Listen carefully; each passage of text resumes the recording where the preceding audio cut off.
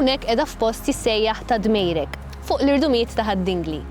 B'saqajja mal-art dan huwa l-ogħla post f'Malta, 250 metru il fuq mill-livell tal-ilma baħar. Iżda kieku kelli nagħmel vjaġġ lura fi żmien għal madwar 25 jew 30 miljun sena ilu, ma kontx inkun daqshekk fl-għoli, anzi, kont inkun fih il-baħar. Mal-miljuni ta' snin, trabijiet minerali u fdalijiet tal-annimali waqgħu u serħu fih il-baħar, saff fuq saff, biex maż-żmien iffurmaw is-saffi ta' blat illi llum insibu taħt saqajna. Bl-eċċezzjoni tat-tafal, is-saffi kollha ta' blat huma porużi u jħallu l-ilma jgħaddi minnhom. Din it-tip ta' ġeoloġija tippermetti l-formazzjoni ta' żewġ tipi ta' akwiferi. Nirreferu għalihom bħala Perched Aquifers, jiġifieri depożiti ta' ilma miġbur fuq is-saff tafli, u sea level aquifers, jiġifieri depożiti ta' ilma pur maħżun prinċiparjament fis-saffi tal-Franka u taż-Żonqor, illi għalkemm imisma l-ilma baħar, għaliex l-ilma pur huwa eħfef mill-ilma mielaħ, iserraħ fuqu, saff fuq saff mingħajr ma jitħaltu. L-ilma li jinġabar f'dawn l-akwiferi u li aħna b'mod ġenerali nirreferu għalih bħala l-ilma tal-pjan jew l-ilma ta' taħt l-art huwa fil-fatt l-unika sors ta' ilma ħelu li għandna Malta. Mhux illum biss, iżda minn dejjem. L-ilma tal-pjan minn dejjem kien lajn tal-ħajja tagħna fuq dawn il-gżejjer. Bħala poplu irnexxilna ngħixu u nagħmlu suċċess fuq dawn il-blatiet għaliex għarafna naċċessaw u nużaw dan is-sors ta' ilma prezzjuż. U kif se naraw aktar il-qoddim, abbużajna minnu wkoll.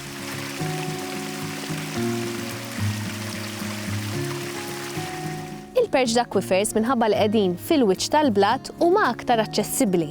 Tantu hekk li f'xi postijiet jispuntaw b'mod naturali bħala nixxijat tal-ilma ħelu.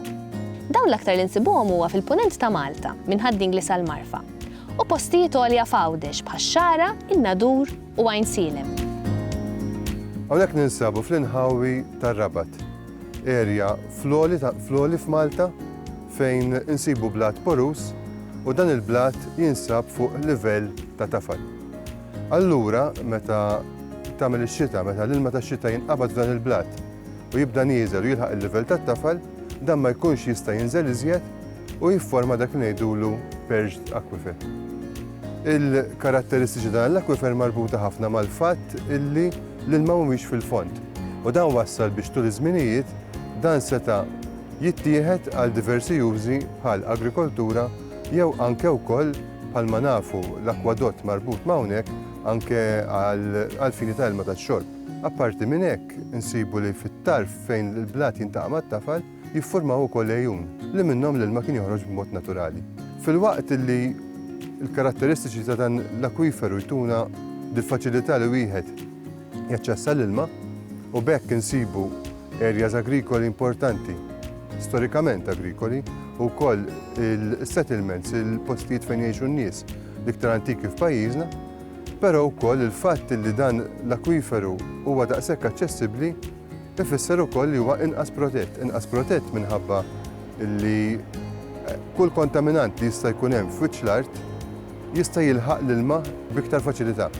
U allura naraw aspetti problematiċi bħal nitrati minn agrikoltura, però wkoll kontaminanti llum li nużaw aħna fil-ħajja ta' kuljum tagħna li jaffettwaw il-kwalità ta' dan l-ilma.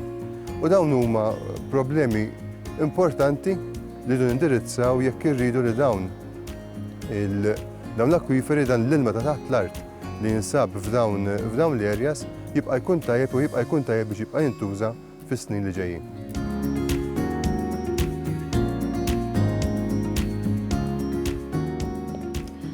Hawnhekk ir-Rabat, ħdejn il-Knisja ta' San Pawl u proprju taħt din l-art u anki taħt din it-triq fejn normalment jarma l-monti, font li jvarja bejn 3 metri u 12 metru skont kif ixxaqleb l-art, insibu numru ta' galleriji u ta' xaftijiet rettangolari illi kienu tħaffru fi żmien ir-Rumani, jiġifieri madwar 2000 sena ilu, proprju biex ikunu jistgħu jaċċessaw il-Perched Aquifers illi hawn f'dawn in-naħat. Hawn mill-inqas 16-il xaft illi mill-pjazza jibqgħu sejrin taħt triq Santa Rita u jaslu sal-Funtana tal-Erixem fit-tarf ieħor tat-triq. Dawn l-ejjun kienu ta' importanza strateġika fil-bini tal-Belt Meliti, illi fi żmien ir-Rumani kienet tinkludi l-imdina kif ukoll parti mir-Rabat.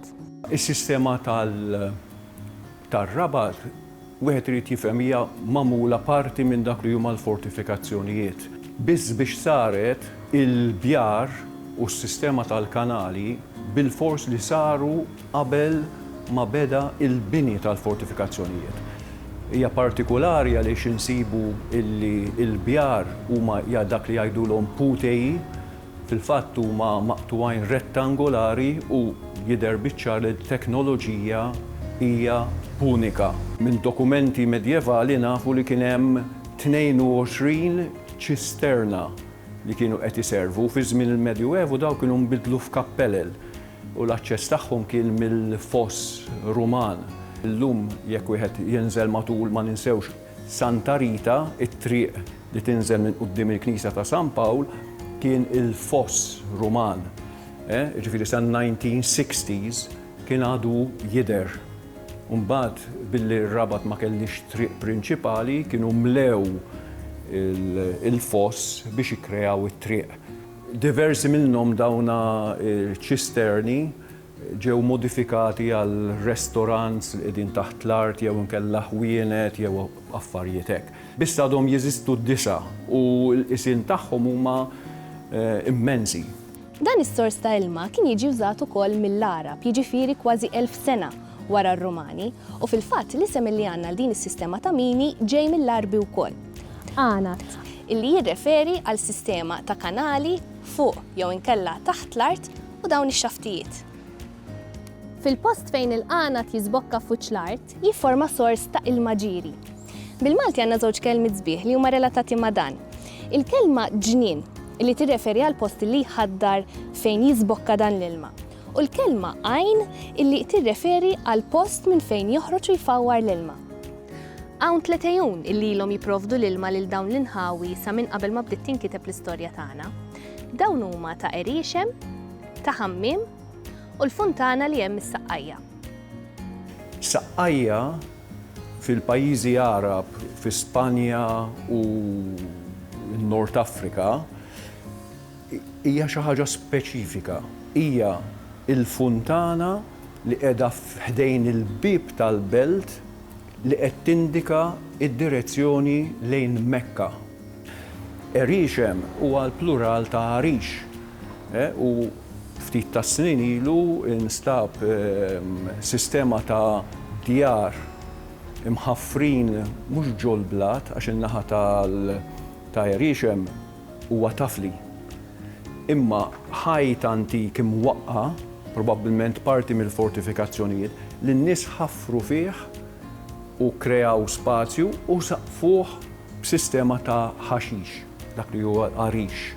Ġifieri, u jinsab viċin tal-funtana.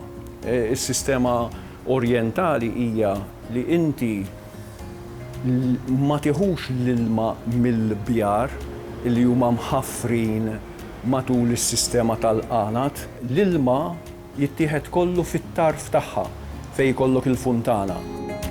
Fil-waqt li Ħammiem, ħafna Maltin kienu jinterpretawha Ħammiem, Ħammiem huma Turkish baths. Malta ma kenniex Turkish baths, imma qed jindika li inti għandek sit ta' banjijiet Rumani.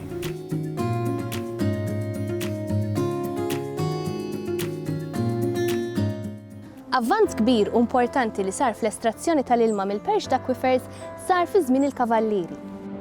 Meta nbniet il-Belt Valletta, popolazzjoni ta' 4,000 ruħ, kien hemm bżonn li jiġi assigurat sors ta' ilma potabbli. Il-Gran Mastru Martin Garcés kien ħareġ bl-idea li jimbnew akwedotti sabiex ilma minn għajun fl-inħawi ta' Dingli, l-Imtarfa u l-Buskett jitwassal lejn il-belt. Iżda kien il-Gran Mastru ta' warajh Alof de Winjakurt illi wettaq il-pjan. Kien qabbat lil Padre Tomasucci, patri Ġiżwita u inġinier idrawliku minn Messina, sabiex jibni l-infrastruttura neċessarja u permezz ta' gandotti iwassal l-ilma ġieri lejn il-belt. Kollox permezz tal-gravità u l-qlib tal-art. Iżda fl-inħawi ta' Ħattart, Birkirkara u Santa Venera kellu l-awċ, għax l-art kienet aktar baxxa mill-belt u ma kienx hemm qlib naturali. Il-pjan ta' Tomasucci waqaf hemm. Tomasucci mar lura Messina u postu ħadu inġinier idrawliku ieħor, Bontadino de Bontadini, illi dan kien ara fis-siwi ta' din l-idea tal-kapomastru Malti Giovanni Attard u bnew l-akwedotti u t-turretti illi għadna nistgħu naraw sal-lum fl-inħawi ta' Santa Venera, il-Ħamrun u l-Furjana.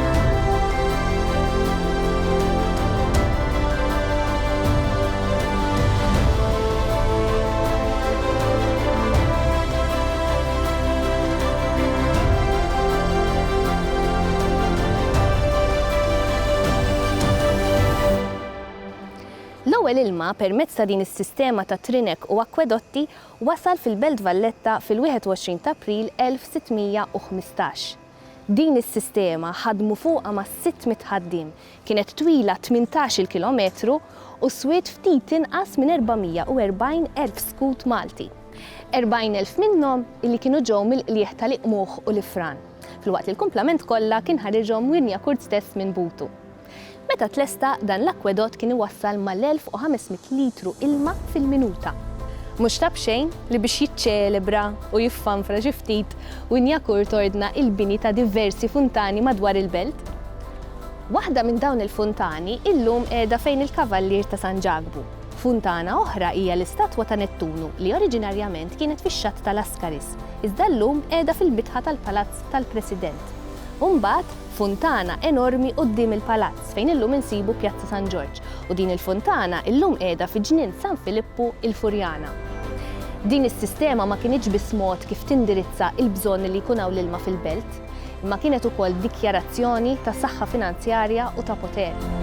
Meta viżitaturi mill-Ewropa kienu jaslu Malta u jżuru l-Belt Valletta, kienu jaraw il-qawwa politika u finanzjarja tal-ordni mhux biss fil-bini majestus li kien hemm f'din il-belt ġdida, iżda wkoll fil-mod kif l-ordni kienet irnexxielha tikkontrolla n-natura u waslet ilma fejn qabel ilma ma kienx hemm.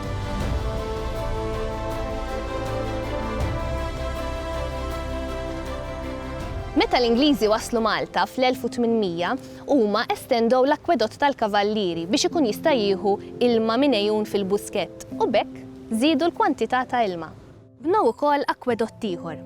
Din id-darba biex iwassal ilma minn nixxijat fil-Fawwara, fil-Lunzjata u Ġebel Ċantar sal-Kottonera u l-inħawi tal-port illi sa dak iż-żmien kienet ma kellhomx servizz ta' ilma ġieri. Bekk l-akwedott tal-Kavallieri issa beda jwassal l-ilma sal-inħawi ta' Ħattart, Ħallija, Ħalbalzan, il-Mosta, Ħażebbuċ, il-Ħamrun, Ħall-Qormi, il-Furjana u l-Belt Valletta. Fil-waqt li l-akwedott il-ġdid beda jservi lil Ħalluqa, l-Imqabba, Ħall-Tarxin, Raħal Ġdid u l-Kottonera. Lokalitajiet oħra, illi prinċipalment kienu agrikoli, kienu jipprovdu l-ilma tagħhom huma stess permezz ta' spiri u bjar privati. Iżda madwar 50 sena wara, kemm minħabba żieda fil-popolazzjoni kif ukoll minħabba raġunijiet ta' iġiene u ta' sanità, inħass il-bżonn li tiżdied il-provvista ta' ilma nadif u tajjeb għax-xorb. U fl-1856, fuq suġġeriment tal-professur Nicholas Zammit mis-Siġġiewi, tħaffret l-ewwel spira biex jittella ilma mill-mean sea level aquifer. U bekk bdejna nikdbu paġna rikka oħra fil-ktieb tal-istorja tagħna. Storja li se nkomplu nitkellmu dwarha fil-programm li jmiss fejn ħankunu qegħdin nagħtu ħarsa dwar l-estrazzjoni tal-ilma tal-pjan mill-akwiferu, illi b'differenza minn dak li rajna sissa dan jinsab iktar fil-fond u jmiss mal-baħar.